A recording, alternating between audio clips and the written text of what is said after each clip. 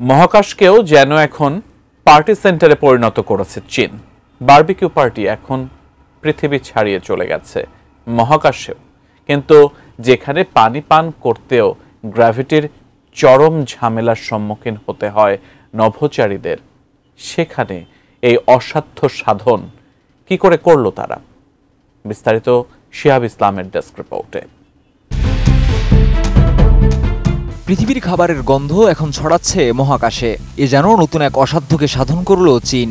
পৃথিবীর বাইরে মহাকাশের মাইক্রোগ্র্যাভিটি পরিবেশে এবার বারবিকিউ পার্টি আয়োজন করল চীনা নভোচারীরা। ইতিহাসে প্রথমবারের মতো মহাকাশে ব্যবহার করা হলো বিশেষভাবে তৈরি একটি ওভেন, যা দিয়ে রান্না ও নিরাপত্তা দুটোই সম্ভব। তিয়ানগিয়ং স্পেস স্টেশনে অবস্থানরত শেনজো 20 ও শেনজো 21 মিশনের 6 নভোচারী মিলে আয়োজন করেন এই অনন্য বারবিকিউ পার্টি।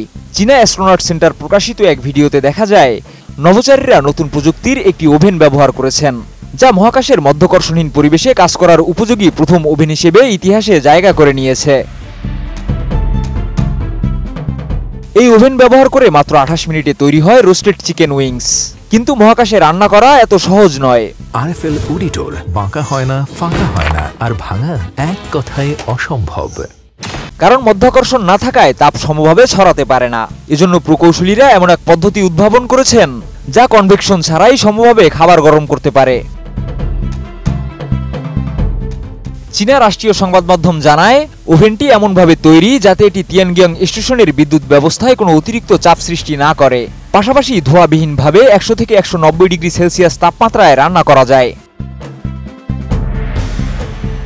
এয়ারোস্পেস নলেজ সাময়িকীর প্রধান সম্পাদক ওয়াং ইয়ানান বলেন, পৃথিবীতে যেমন ওভেনে বাতাস ঘুরে খাবার গরম হয়, মহাকাশে তা সম্ভব নয়। এজন্য প্রকৌশলীদের ভিন্নভাবে তাপ সঞ্চালন পদ্ধতি উদ্ভাবন করতে হয়েছে, যাতে রান্না সমভাবে হয় এবং নভোচারীদের সুরক্ষাও বজায় থাকে।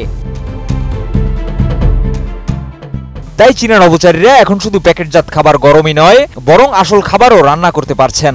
এর আগে 2020 সালে ইন্টারন্যাশনাল স্পেস স্টেশনে প্রথমবারের মতো মহাকাশে খাবার বেক করার পরীক্ষা চালানো হয়েছিল। তখন ন্যানোরেক্স ও জিরোজি কিচেন যৌথভাবে তৈরি একটি ওভেনে চকলেট চিপ কুকি বেক করা হয়, যা ইতিহাসে মহাকাশে রান্নার নতুন অধ্যায় সূচনা করেছিল।